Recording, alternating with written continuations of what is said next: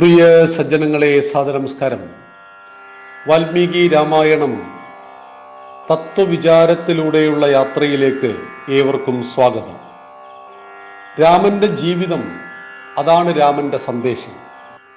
രാമായണ തത്വവിചാരത്തിൽ നമുക്കിന്ന് ചിന്തിക്കേണ്ടത് കാട്ടിലെത്തപ്പെട്ട സീതയുടെ മാനസിക ഭാവത്തിനെ കുറിച്ചുള്ള തുടർച്ചയാണ്. ഏതൊരു ജീവിത സാഹചര്യങ്ങളോടും പൊരുത്തപ്പെടുവാൻ കഴിയുന്നു എന്നുള്ളതാണ് ഒരു മനുഷ്യൻ്റെ പരമമായ ഗുണങ്ങളിൽ ഒന്നായിത്തീരേണ്ടത്. എന്തുകൊണ്ടെന്നാൽ നമ്മുടെ എല്ലാം ജീവിത സാഹചര്യങ്ങൾ എല്ലായ്പ്പോഴും ഒരുപോലെ ആയിരിക്കണമെന്നില്ല. സുഖ ദുഃഖ ലാഭ നഷ്ട ജയ പരാജയ സമ്മിശ്രമായ ജീവിതത്തിൽ എപ്പോഴും സുഖമെന്ന അവസ്ഥയില്ല, എപ്പോഴും ദുഃഖമെന്ന അവസ്ഥയുമില്ല. സീതയെ സംബന്ധിച്ച് ഉഴവുചാലിൽ നിന്നും ലഭിച്ച് ജനക മഹാരാജാവ് കൊട്ടാരത്തിൽ കൊണ്ടുപോയി വളർത്തി ജാനകി എന്ന പേര് നൽകി. വൈദേഹത്തിലെ രാജകുമാരി ആയതുകൊണ്ട് വൈദേഹി എന്ന പേര് ലഭിച്ചു. അങ്ങനെയുള്ള സീതാദേവി ബാല്യകാലത്തിൽ വളരെ ആർഭാടത്തിൽ സന്തോഷത്തിലാണ് വളർന്നത്, ജീവിച്ചത്. സീതാദേവി അർഹിക്കുന്നത് പോലെ തന്നെ ഏറ്റവും ഉത്തമനായ ഒരു ഭർത്താവിനെയും ലഭിച്ചു, ശ്രീരാമചന്ദ്രനെ തന്നെ ലഭിച്ചു. സന്തോഷത്തോടുകൂടി അയോധ്യയിൽ വസിക്കുന്ന കാലഘട്ടത്തിലാണ് ഈ വിഷയങ്ങൾ, വനവാസവും ഭരതൻ്റെ സ്ഥാനാരോഹണവും ഒക്കെ ഉണ്ടാകുന്നത്. കൈകേയിയുടെ വിഷയങ്ങളൊക്കെ നമുക്കറിയാം. അപ്പോൾ അവിടെ 14 കൊല്ലം കാട്ടിൽ പോകണം, 1-2 കൊല്ലമല്ല, 14 വർഷക്കാലം. ആ 14 കൊല്ലം കാട്ടിൽ പോകണം. തൻ്റെ ഭർത്താവ് പോകുന്നു, ഭർത്താവാണ് പോകേണ്ടത്. അപ്പം ഭർത്താവിന് ജീവിതത്തിൽ സുഖം വരുമ്പോൾ കൂടെ ഞാനുണ്ടാവണം, ഇപ്പം ദുഃഖം വരുമ്പോഴോ അപ്പോഴുണ്ടാവണം. കഷ്ടകാലത്തും നല്ല കാലത്തും ഒക്കെ കൂടെ ഉണ്ടാകുന്നവളാണ് സഹധർമ്മിണി, കൂടെ ഉണ്ടാകുന്നവനാണ് പതി. അതായത് ഭാര്യാഭർത്തൃ ബന്ധം എന്ന് പറയുന്നത് കേവലമായ ഒരു ചരടിൽ കോർത്തിണക്കിയതല്ല, അതൊരു പ്രതീകമാണ്. താലി ചാർത്തുന്നതോടുകൂടി ഒരായുഷ്കാലം മുഴുവൻ പരസ്പരം സ്നേഹത്തോടെ വിശ്വാസത്തോടെ ജീവിക്കലാണ്. ആ തലത്തെ എല്ലാം അതിജീവിച്ചുകൊണ്ട് കാട്ടിൽ രാമനൊപ്പം ജീവിക്കുമ്പോൾ അതിൽ സംതൃപ്തയായിരിക്കുകയാണ് ജാനകി. സീതാദേവി അതിൽ സംതൃപ്തയാണ്. ആദ്യ കാലഘട്ടത്തിൽ സീതയ്ക്ക് വലിയ വിഷമമുണ്ടായിരുന്നു. കാട്ടിലെ സാഹചര്യങ്ങളുമായിട്ട് പൊരുത്തപ്പെടുവാൻ നമുക്ക് എല്ലാവർക്കും ഉണ്ടാവും. ഇപ്പം നമുക്ക് നമ്മുടെ വീട്ടിൽ നിന്നും മാറി നിൽക്കേണ്ട അവസ്ഥ വന്നാൽ പോലും കുറച്ച് ദിവസം നമുക്ക് വലിയ ബുദ്ധിമുട്ടുണ്ടാവും. പക്ഷേ അതുമായിട്ട് പൊരുത്തപ്പെടണം. ഇപ്പോൾ ഒരു കുട്ടി ഉന്നത വിദ്യാഭ്യാസത്തിന് വേണ്ടിയിട്ട് ഡൽഹിയിൽ പഠിക്കാൻ പോയി. അപ്പോൾ ഡെയിലി നാട്ടിൽ വരാൻ പറ്റുമോ? പറ്റില്ല. അവിടെ ഹോസ്റ്റൽ ഉണ്ടാവും, ചിലപ്പോൾ അവിടെ റാഗിങ് ഉണ്ടായിന്ന് വരും, അവിടെ നമുക്ക് ഭാഷ പലപ്പോഴും മനസ്സിലായില്ലെന്ന് വരും, ഉത്തരേന്ത്യയുടെ ഭക്ഷണം നമുക്ക് ദഹിച്ചില്ല എന്ന് വരും. അങ്ങനെ കുറച്ച് കാലങ്ങളിൽ ചില പ്രോബ്ലംസ് ഒക്കെ തീർച്ചയായിട്ടും ഉണ്ടാവും. അതിനെല്ലാം അതിജീവിച്ചുകൊണ്ട് മുന്നേറുമ്പോഴാണ് ആ ലക്ഷ്യത്തിലേക്ക് ആ കുട്ടി അടുക്കുന്നത്. മറിച്ച് ആദ്യത്തെ ഒരാഴ്ച ഉണ്ടായ അനുഭവത്തിൻ്റെ പേരിൽ എല്ലാം ഇട്ടെറിഞ്ഞ് നാട്ടിലേക്ക് വരികയാണെങ്കിലോ ജീവിതത്തിൽ തോറ്റുകൊണ്ടേയിരിക്കും, തോൽവി വന്നുകൊണ്ടേയിരിക്കും. വിജയത്തിന് പിന്നാലെ നമ്മൾ ഓടും. നമുക്ക് വിജയിക്കണമെന്ന് നിർബന്ധമില്ല. അത്ര ആളുകൾ വിജയിച്ചെടുക്കുവാൻ വളരെ വളരെ സാഹസം ചെയ്യണം. ഇവിടെ സീതാദേവി കാട്ടിലെത്തപ്പെട്ടു, രാമനാൽ ഉപേക്ഷിക്കപ്പെട്ട് കാട്ടിലെത്തപ്പെട്ടു. അവിടെ അപമാനിതയായ സീതയാണ്. എന്തും പേറിയിട്ടാണ് സീത പോകുന്നത്. സീതയെക്കുറിച്ചുള്ള ആരോപണവും പേറിയിട്ടാണ് സീത പോകുന്നത്. അതായത് രാവണൻ്റെ കൊട്ടാരത്തിൽ 12 മാസം കഴിഞ്ഞ സീതയുടെ ചാരിത്രശുദ്ധിയിൽ സംശയമുണ്ട് എന്നതായിരുന്നു ആരോപണം. അപ്പോൾ നല്ലൊരു കാര്യത്തിന് വേണ്ടി വനവാസത്തിലൊക്കെ പോകുമ്പോൾ സീതയ്ക്ക് അഭിമാനം ഉണ്ടായിരുന്നു. തൻ്റെ ഭർത്താവ് ഉണ്ടായിരുന്നു, ഭർത്താവിൻ്റെ അനുജനുണ്ടായിരുന്നു. അതുകൊണ്ട് അവർ ആനന്ദത്തിലായിരുന്നു.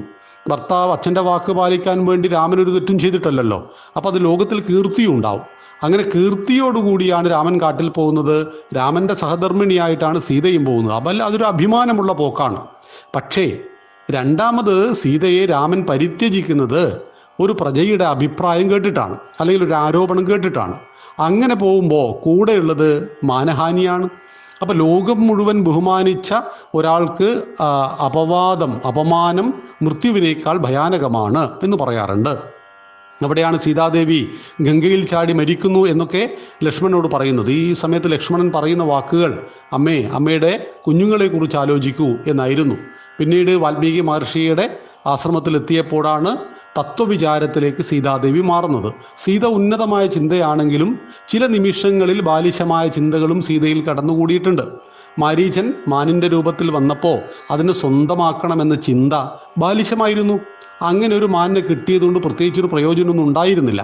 പക്ഷെ അതിനെനിക്ക് കിട്ടിയേ മതിയാവൂ, പിടിച്ചേ മതിയാവൂ എന്ന് പറഞ്ഞിട്ട് വാശി പിടിച്ചിട്ടാണ് ശ്രീരാമചന്ദ്രൻ അതിന് പിന്നാലെ ഓടുന്നത്.